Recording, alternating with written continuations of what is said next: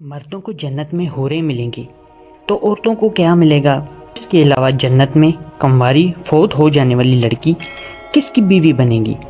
یہ ایک ایسا سوال ہے جو آج کل بہت زیادہ دیکھنے کو ملتا ہے۔ خواتین ہی نہیں، اکثر ہمارے بھائی بھی یہ سوال کرتے نظر آتے ہیں۔ انہی سوالوں کا جواب آج ہم آپ کو بتانے جا رہے ہیں۔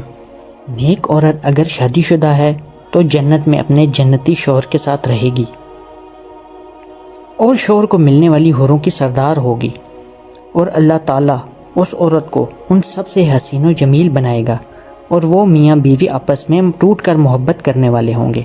اور اگر دنیا میں عورت کے متعدد شوہر، یعنی عورت نے اپنے شوہر کے انتقال یا اس کے طلاق دینے کے بعد دوسری شادی کر لی ہو، یعنی اس عورت نے 2 یا اس سے زیادہ شادیاں کی ہوں، تو وہ جنت میں اپنے کس شوہر کے ساتھ رہے گی؟ اس بارے میں مختلف روایات اور اقوام موجود ہیں۔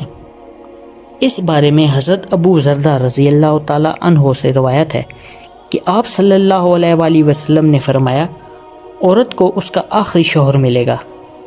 اس طرح ایک اور مقام پر بیان ہوا ہے کہ عورت اس شوہر کے ساتھ رہے گی جس نے دنیا میں اس کے ساتھ اچھے اخلاق کا برتاؤ کیا ہو، اور وہ شوہر جس نے عورت پر ظلم کیا ہو، اس کو تنگ کیا ہو، وہ اس عورت سے محروم رہے گا۔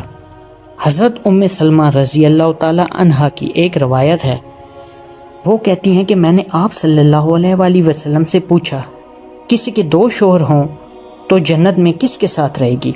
تو آپ صلی اللہ علیہ وآلہ وسلم نے فرمایا، اسے اختیار دیا جائے گا کہ وہ کسی بھی شوہر کے ساتھ رہ سکتی ہے، اور فرمایا جس نے دنیا میں اس کے ساتھ اچھے اخلاق کا برتاؤ کیا ہو، اور وہی اس کا جنت میں شوہر ہوگا۔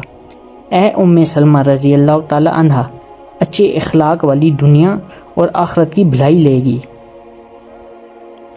اور اگر عورت کنواری ہو، یعنی اس کی شادی سے پہلے ہی انتقال ہو گیا ہو، یا شادی شدہ ہو لیکن اس کا شوہر جنتی نہ ہو، تو جنت میں جس مرد کو بھی وہ پسند کرے گی اس کے ساتھ اس کا نکاح پڑھا دیا جائے گا۔ اور اگر موجودہ لوگوں میں کسی کو بھی پسند نہ کرے تو اللہ تعالیٰ اس کے لیے ایک مرد جنتی پیدا فرمائے گا۔ ایک آخری بات، پیارے بہن بھائیوں، ہم سب کے ساتھ ایک عظیم حادثہ پیش آنے والا ہے، اور وہ حادثہ موت کا ہے۔